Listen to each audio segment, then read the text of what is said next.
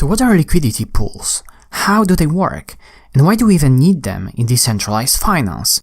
Also, what are the differences between liquidity pools across different protocols, such as Uniswap, Balancer, or Curve? We'll be going through all of this in this video. Before we start, if you're new to DeFi, you may want to watch my introduction to decentralized finance video first. Also, you may want to subscribe to this channel for more DeFi-related content. Alright, so let's talk about liquidity pools. Liquidity pools, in essence, are pools of tokens that are locked in a smart contract.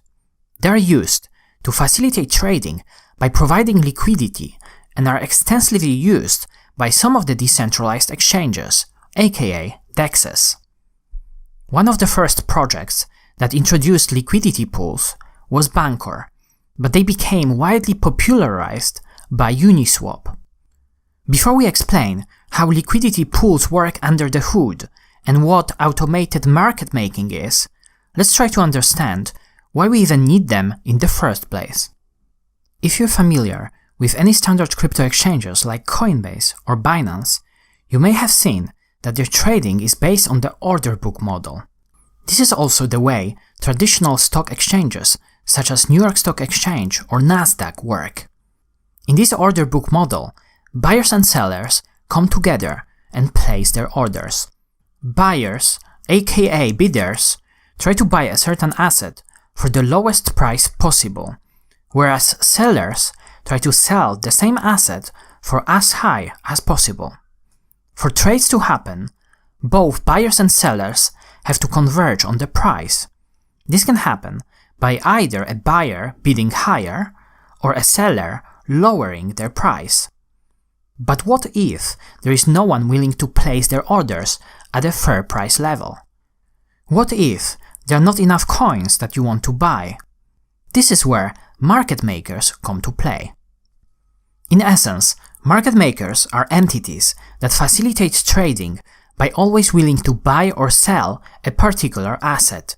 By doing that, they provide liquidity, so the users can always trade and they don't have to wait for another counterparty to show up. Okay, so why we can't just reproduce something like this in decentralized finance? The answer is we can. It would be just really slow, expensive, and pretty much always result in poor user experience.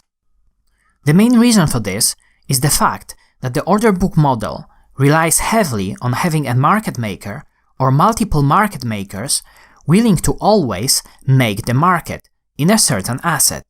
Without market makers, an exchange becomes instantly illiquid and it's pretty much unusable for normal users. On top of that, market makers usually track the current price of an asset by constantly changing their prices, which results in a huge number of orders and order cancellations that are being sent to an exchange. Ethereum, with a current throughput of around 12 to 15 transactions per second and a block time between 10 and 19 seconds, is not really a viable option for an order book exchange. On top of that, every interaction with a smart contract costs a gas fee, so market makers would go bankrupt by just updating their orders.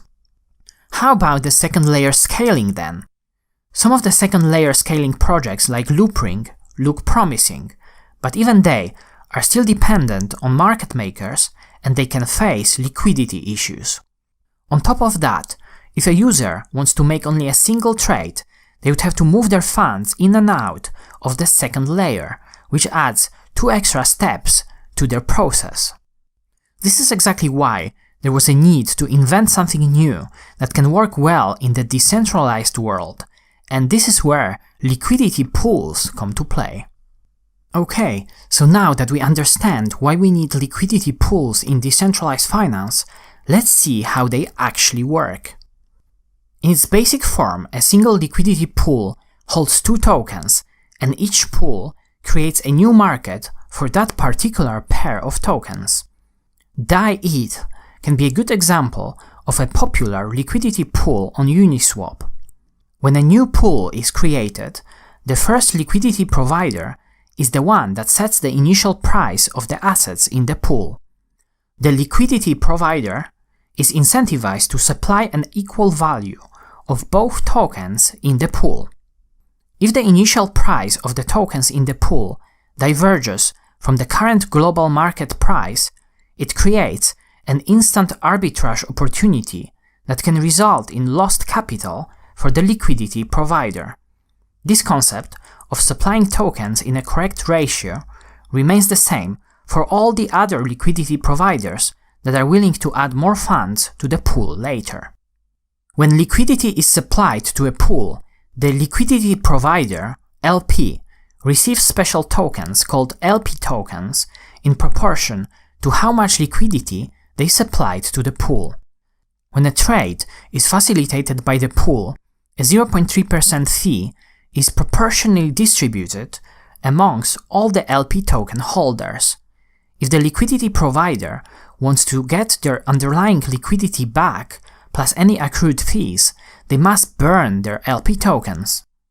Each token swap that a liquidity pool facilitates results in a price adjustment according to a deterministic pricing algorithm.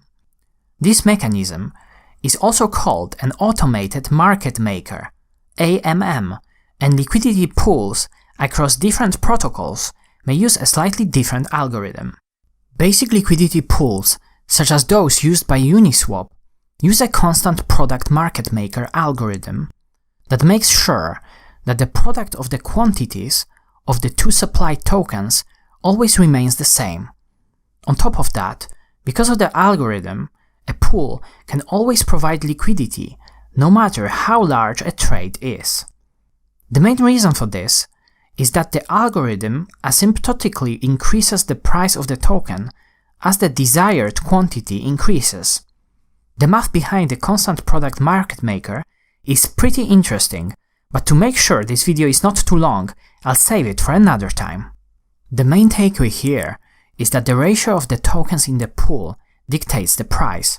So if someone, let's say, buys ETH from a DAI ETH pool, they reduce the supply of ETH and add the supply of DAI, which results in an increase in the price of ETH and a decrease in the price of DAI. How much the price moves depends on the size of the trade in proportion to the size of the pool. The bigger the pool is in comparison to a trade, the lesser the price impact, aka slippage, occurs. So large pools can accommodate bigger trades without moving the price too much. Because larger liquidity pools create less slippage and result in a better trading experience, some protocols, like Balancer, started incentivizing liquidity providers with extra tokens for supplying liquidity to certain pools. This process is called liquidity mining, and we talked about it in our yield farming video. The concepts behind liquidity pools and automated market making are quite simple, yet extremely powerful, as we don't have to have a centralized order book anymore, and we don't have to rely on external market makers to constantly keep providing liquidity to an exchange. The liquidity pools that we just described are used by Uniswap, and they are the most basic forms of liquidity pools. Other projects iterated on this concept and came up with a few interesting ideas.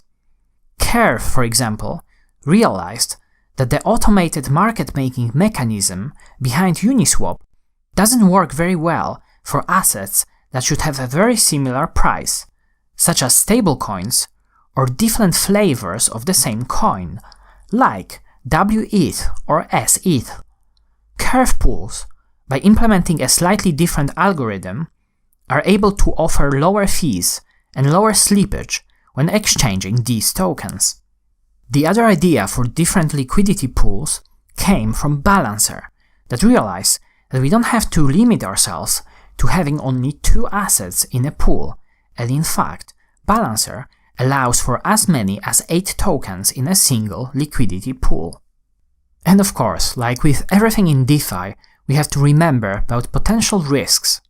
Besides our standard DeFi risks, like smart contract bugs, admin keys, and systemic risks, we have to add 2 new ones: impermanent loss and the liquidity pool hacks. More on this in the next videos. So what do you think about liquidity pools, and what DeFi concept would you like me to talk about next? Comment down below.